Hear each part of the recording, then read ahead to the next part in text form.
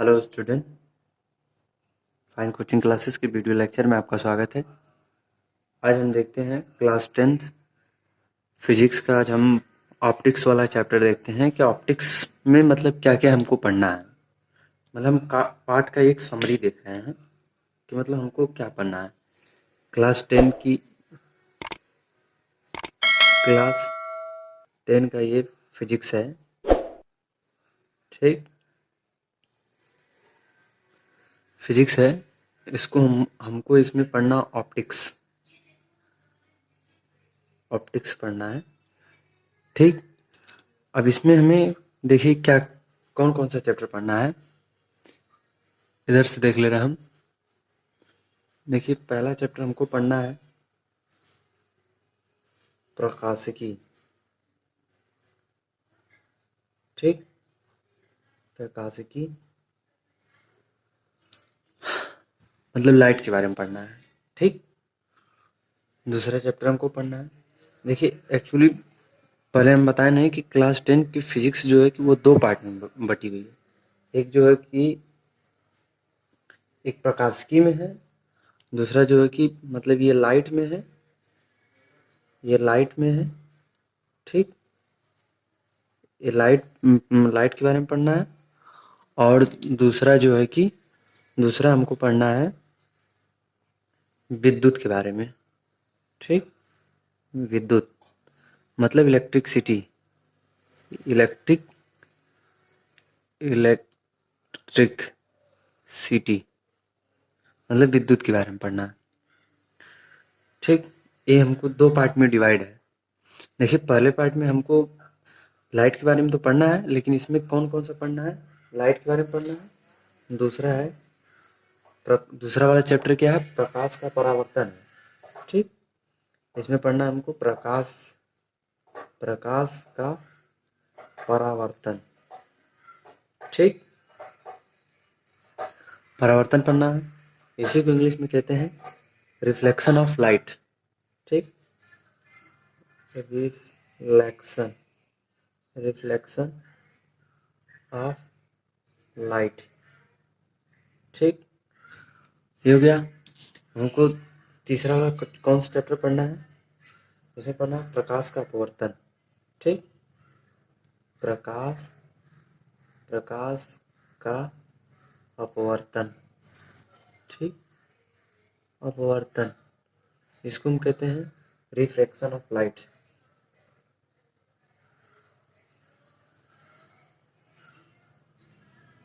Son of light, ठीक। अब अगला वाला चैप्टर है जो हमें लेंस के बारे में पढ़ना है, ठीक। लेंस, ठीक। अब अगला वाला क्या है, पांचवा चैप्टर हमको पढ़ना है। देखिए अब इसी में बता दे रहे हैं हमें फर्स्ट पार्ट में क्या क्या पढ़ना है। तो इसमें अब पढ़ना है लेंस हो गया। अब इसको प्रिज्म के बारे में पढ़ना है, ठीक। प्रिज्म, ठीक। प्रिज्म के बारे में पढ़ना है। अब अगला चैप्टर जो है छठवा पढ़ना है हमको मानव नेत्र दृष्टि दोष, मानव नेत्र मानव नेत्र एवं दृष्टि दोष, दृष्टि दोष, ठीक।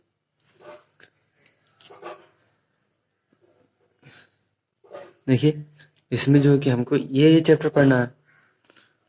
और अगर और आगे देखते हैं एक और बचा है सूक्ष्म एवं दूरदर्शी, ठीक। तो ये चीजें तो हो ही गई।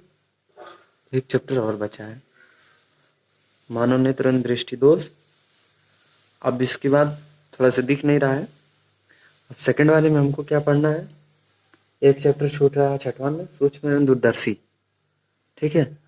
अब विद्युत में हमें क्या क्या पढ़ना है, विद्युत इसमें देखिए पहला है इलेक्ट्रिक के बारे में पढ़ना है। विद्युत तो पहला ही है, ठीक। इसको हम पहला डाल देते हैं, ठीक। दूसरा हमको पढ़ना है इसमें विद्युत धारा का ऊष्मीय प्रभाव। विद्युत धारा का ऊष्मीय प्रभाव, ठीक, ऊष्मीय प्रभाव, ठीक, विद्युत धारा का ऊष्मीय प्रभाव। तीसरा चैप्टर हमको पढ़ना है, इसको हम कहते हैं heating effect of electric current, ठीक। अब इसमें पढ़ना है विद्युत धारा का चुंबकीय प्रभाव, मतलब ये सेम रहेगा, विद्युत धारा का चुंबकीय प्रभाव, चुंबकीय प्रभाव, ठीक। इसमें क्या रहेगा, मतलब कि magnetic effect of electric current, ठीक। चौथा हमारा है विद्युत चुंबकीय प्रेरण,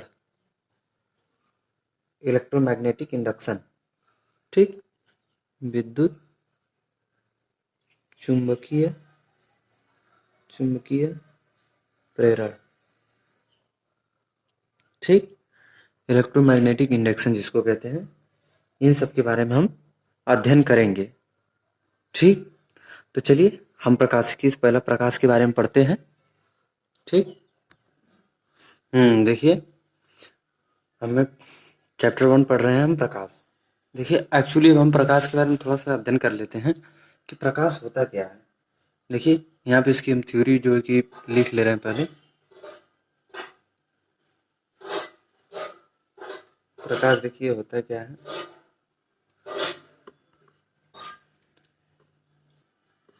देखिए प्रकाश एक प्रकार की ऊर्जा है। क्या है? प्रकाश एक प्रकार की ऊर्जा है जो हमारी आँखों को उत्तेजित कराकर हमें वस्तुओं का क्या आभास कराती है। देखिए प्रकाश क्या है, प्रकाश एक प्रकार की ऊर्जा है जो किसी वस्तु पर, मतलब प्रकाश एक प्रकार की ऊर्जा है जो हमारी आँखों को उत्तेजित कराकर वस्तुओं का आभास कराती है। मतलब अगर कोई वस्तु अगर रखी हुई है, अगर उस पर प्रकाश गिर रही है, ठीक, अगर उस पर प्रकाश गिर रही है तो वो प्रकाश गिर करके हमारी आँखों पर जब पड़ती है तो हमें जो है कि हमारे रेटिना पर पड़ती है, तो हमें रेटिना को उत्तेजित करा के हमें वस्तु का मतलब आभास कराती है कि वस्तु कैसी है, आकार कैसा है, कितना बड़ा कितना छोटा है, ठीक। तो हमें प्रकाश से हमें ये चीज़ पता चलता है, मतलब किसी वस्तु का आभास कराती है कि वस्तु का मतलब रंग कैसा है, कितनी बड़ी छोटी है। इससे हमें ये सब सारी चीज़ें हमें प्रकाश से पता चलता है। तो प्रकाश, देखिए हम वीडियो लंबा ना हो इसलिए हम वीडियो को पास करके इसकी थ्योरी नोट कर ले रहे हैं। देखिए प्रकाश एक प्रकार की ऊर्जा होती है जो हमारी आंखों को उत्तेजित कराकर हमें वस्तुओं का आभास कराती है, ठीक। अब हम देखिए अब हम जो है कि प्रकाश के गुण के बारे में पढ़ेंगे, ठीक। प्रकाश के गुण यहाँ पर हेडिंग डाल दे रहे हैं, प्रकाश के गुण, ठीक। प्रकाश के गुण, ठीक। देखिए ये क्या होता है, प्रकाश सदैव सीधी रेखा में चलता है। मतलब देखिए ये जो सूर्य है, ठीक, ये सूर्य है, इससे क्या होता है कि जब इससे कोई भी किरण चलती है, चाहे जिस दिशा में जाए, ठीक, वो हमेशा जो है कि सीधा चलती है, ऐसे निकलती है। हमेशा जो है कि इसकी रेस जो निकलती है, जो किरण निकलती है, हमेशा एक सीधी में निकलती है। ये नहीं कि प्रकाश ऐसे चली ऐसे चली ऐसे चली ऐसे ऐसे ऐसे चलती है, ऐसा नहीं है। ये नहीं कि आप जो है कि ऐसे ऊपर कोई छतरी लगाए हुए हैं, प्रकाश इधर से चला आकर के इसमें घुस गया, ठीक। तो ये चीज़ें प्रकाश में नहीं है। प्रकाश हमेशा सीधी रेखा में चलता है, ठीक। हम आगे देखते हैं। देखिए पहली पॉइंट तो ये है कि प्रकाश हमेशा सीधी रेखा में चलता है, और दूसरी पॉइंट ये है प्रकाश को चलने के लिए किसी माध्यम की आवश्यकता नहीं होती। माध्यम है तो भी ठीक है, नहीं है तो भी ठीक है। प्रकाश हमेशा जो है कि बिना माध्यम के भी चल सकता है। तो इसमें हम लिखेंगे प्रकाश को चलने के लिए किसी माध्यम की आवश्यकता नहीं होती है। देखिए, प्रकाश को चलने के लिए किसी माध्यम की आवश्यकता नहीं होती है। ठीक, आवश्यकता नहीं होती है। ठीक, तीसरा पॉइंट देखेंगे क्या है। प्रकाश की चाल अलग अलग माध्यम में अलग अलग होती है। ठीक, देखिए प्रकाश की चाल अलग अलग माध्यम में अलग अलग होती है। ठीक, अब हम देखते हैं प्रकाश की चाल सबसे ज्यादा निर्वात में होती है। ठीक, सबसे ज्यादा जो प्रकाश की चाल होती है वो निर्वात में होती है। तो देख लेते हैं कि निर्वात में प्रकाश की चाल कितनी होती है। देखिए, प्रकाश की चाल सबसे ज्यादा निर्वात में होती है, वो भी कितना होती है ये भी बता दे रहे हैं। ये प्रकाश की चाल निर्वात में 3 × 10⁸ मीटर पर सेकेंड होती है। ठीक, देखिए निर्वात में इसकी चाल होती है। और सबसे कम जो होती है वो भी देख लेते हैं कि सबसे कम किस में होती है। देखिए, पांचवा पॉइंट हम देख लेते हैं। 1 2 3 4 5 प्रकाश की चाल, प्रकाश की चाल सबसे कम हीरे में होती है। हीरे में होती है। होती है। ठीक, देखिए इसमें कितनी होती है 1.25 × 10⁸ मीटर पर सेकंड होती है। ठीक, ये हो गई हीरे की चाल। और देखिए प्रकाश एक प्रकार की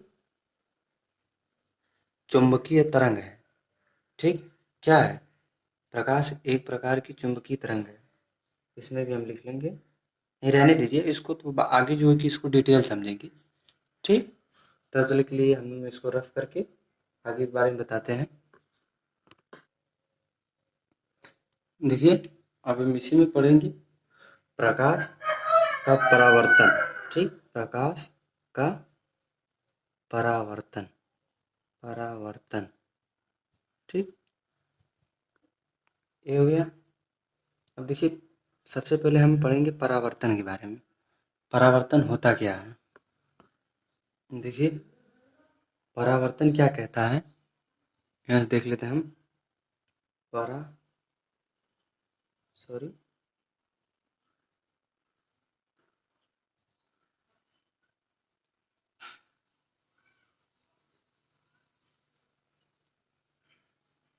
ठीक, इसको हम बोलते हैं रिफ्लेक्शन। देखिए, प्रकाश की किरणें किसी चमकीले पृष्ठ पर आपतित होकर पुनः उसी माध्यम में लौट जाने की घटना को हम परावर्तन कहते हैं। देखिए, यहाँ पे इसको हम समझ लेते हैं थोड़ा सा। देखिए, मतलब ये हमारा कोई तल है। ठीक, ये हमारा तल है। जब प्रकाश इधर से चलता है, ठीक, इधर से चलता है तो ये जो है कि यहाँ से चलता है और इस तल पे गिरता है। ठीक, और जैसे इस तल से मतलब इधर से प्रकाश आपतित होता है और इस पर गिरता है और ये रिफ्लेक्ट होकर के इधर की ओर लौट जाता है। ठीक, मतलब जितना एंगल पे आपतित हुआ उतना ही मतलब एंगल पे ये परावर्तित हो जाएगा। ठीक, तो इसको हम बोलते हैं आई। ठीक, आई से मतलब हो गया इंसिडेंट रे। ठीक, देखिए आई का मतलब हो गया इंसिडेंट रे। ठीक, और ये हो गया आर, इसको हम बोलते हैं रिफ्लेक्ट रे। इसको हम आर से लिखते हैं। ठीक, तो प्रकाश की किरण मतलब यहाँ से प्रकाश की किरण चली तो मतलब किसी समतल पर टकरा करके, ठीक, वापस उसी माध्यम जिस माध्यम से आई थी उसी माध्यम लौट जाती है, मतलब दूसरी ओर लौट जाती है। ठीक, तो इस घटना को मतलब जो यहाँ से मतलब प्रकाश चला इस पर गिरा, ठीक, इस तल पे गिरा, तो जो है कि ये क्या हुआ, ये जो है कि अधिकतर अपने भाग को परावर्तित कर दिया, ठीक, अपने भाग को पूरा परिवार परावर्तित कर दिया। तो इसी घटना को हम लोग परावर्तन बोलते हैं कि मतलब यहाँ से प्रकाश चला, इस तल पे गिरा, इस तल पे, इस तल जो है कि प्रकाश को परावर्तित कर दिया, मतलब रिफ्लेक्ट कर दिया, ये दूसरे डायरेक्शन में चला गया, उसी माध्यम में दूसरे डायरेक्शन में, जिस एंगल से गिरा था उसी एंगल से परावर्तित हो गया। तो इसी घटना को हम परावर्तन कहते हैं, ठीक। प्रकाश की किरण किसी चमकीले पृष्ठ पर आपतित होकर पुनः उसी माध्यम में लौट जाने की घटना को हम परावर्तन कहते हैं, ठीक। अब जो है कि इसका हम पूरा जो है कि थ्योरी लिख लेते हैं, ठीक, लिखकर हम आपको बता रहे हैं। देखिए, प्रकाश की किरण किसी चमकीले पृष्ठ पर आपतित होकर पुनः उसी माध्यम में लौट जाने की घटना को परावर्तन कहते हैं।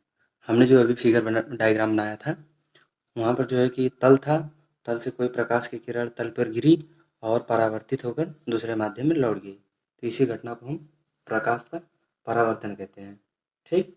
देखिए, परावर्तन के नियम होते हैं, मतलब जब ये प्रकाश की किरण इस तल पर मतलब जब गिरी, ठीक, यहाँ समझ लेते हैं, ठीक। तो देखिए, ये मतलब तल है, ठीक, और यहाँ से प्रकाश गिरी और इधर लौट गई, ठीक। ये एंगल आई हुआ, हमने बताया था आई, और ये एंगल आर हुआ, ठीक। तो परावर्तन नियम क्या कहता है, परावर्तन नियम, ठीक, परावर्तन नियम,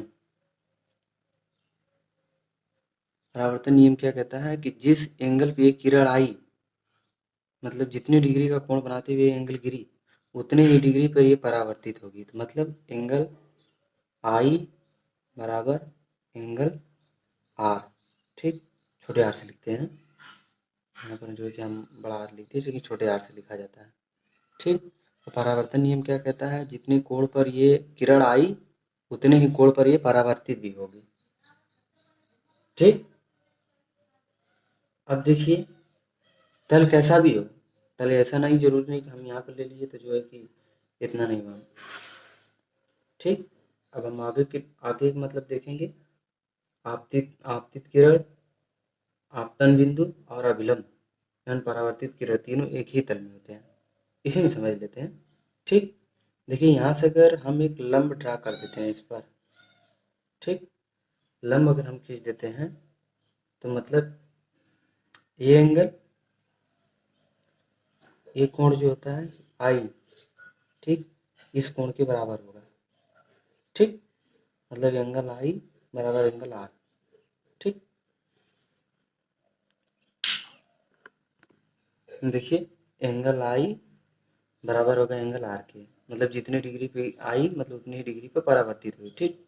और देखिए, ये अभिलंब तीनों, आपतित किरण बराबर परावर्तित किरण और ये आपतन बिंदु, ठीक, आपतन बिंदु तीनों एक ही तल में है, ठीक, एक ही तल में होते हैं।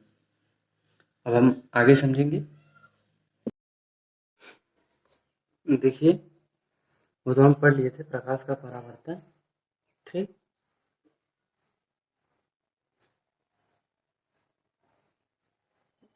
इसे मिट गया था, ठीक। तो हम देखिए, अब हम पढ़ेंगे दर्पण। अब हेडिंग में डाल लेते हैं, अब पढ़ेंगे हम दर्पण, ठीक। दर्पण के बारे में पढ़ेंगे। देखिए, दर्पण होता क्या है, देखिए दर्पण होता है एक कांच का टुकड़ा होता है, ठीक, मतलब एक कांच का टुकड़ा होता है जिसके पिछले हिस्से पर पारे की पॉलिश या लाल ऑक्साइड का पेंट लगाया जाता है, यहाँ आगे का सिरा परावर्तक तल बना दिया जाता है, उसको हम जो है कि दर्पण कहते हैं।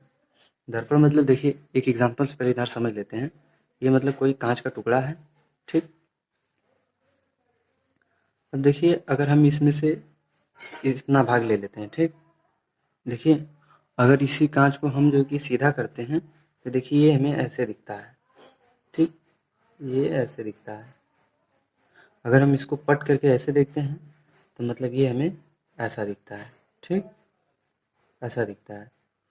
तो यही कह रहा है कि इसके पिछले वाले हिस्से पर लाल ऑक्साइड का पेंट लगा करके, ठीक, लाल ऑक्साइड का पेंट लगा करके इसका सामने वाला तल जो है कि परावर्तक बना दिया जाता है। ठीक, इसी को हम कहते हैं परावर्तक तल। ये हमारा परावर्तक तल है। ठीक, तो हम देखिए इसमें जो एक लाल ऑक्साइड का पेंट का पॉलिश करते हैं पिछले वाले हिस्से पे, इसके पिछले वाले, तो सामने वाला जो है कि परावर्तक तल हो जाएगा। ठीक, तो वही कह रहा है कि एक्चुअली दर्पण क्या होता है। दर्पण एक एक कांच का टुकड़ा होता है। ठीक, कांच का टुकड़ा टुकड़ा होता है, टुकड़ा टुकड़ा होता है। देखिए इसको हम रफ कर दे रहे हैं। ठीक,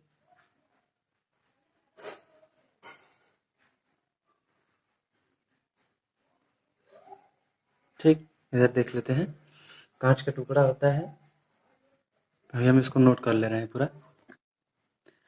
देखिए क्या कह रहा है, एक कांच का टुकड़ा होता है जिसके पिछले हिस्से पर पारे की पॉलिश या लाल ऑक्साइड का पेंट लगा दिया जाता है, जिससे उसके आगे का सिरा जो है कि परावर्तक तल बन जाता है। ठीक, तो उसके पिछले वाले हिस्से पर लाल ऑक्साइड का पेंट लगा दिया जाता है, तो आगे का सिरा जो है कि परावर्तक तल बन दिया जाता है। तो इसको हम जो कि दर्पण कहते हैं। ठीक, दर्पण समझ में आ गया कि दर्पण क्या होता है। ठीक, अब हम समझेंगे दर्पण के प्रकार। दर्पण के प्रकार यहाँ पर डाल देते हैं, दर्पण के प्रकार। ठीक, दर्पण दर्पण के प्रकार। ठीक, दर्पण के प्रकार हम समझते हैं। देखिए दर्पण बेसिकली जो है कि 3 प्रकार के होते हैं। ठीक, एक होते हैं समतल दर्पण, एक होता है गोली दर्पण। ठीक, यहाँ पर लिख लेते हैं, एक होता है समतल दर्पण। ठीक, समतल दर्पण। ठीक, इसके बाद दूसरा होता है गोलीय दर्पण। ठीक, दूसरा हमारा होता है गोलीय दर्पण। ठीक, देखिए ये हमारा गोली दर्पण, एक समतल दर्पण। समतल दर्पण वो होता है जिसमें हम जो कि अपना चेहरा देखते हैं, ये हमारा समतल दर्पण। अगोली दर्पण ये होता है जैसे किसी प्रकाश को जो है कि परावर्तन किया हो, करना हो।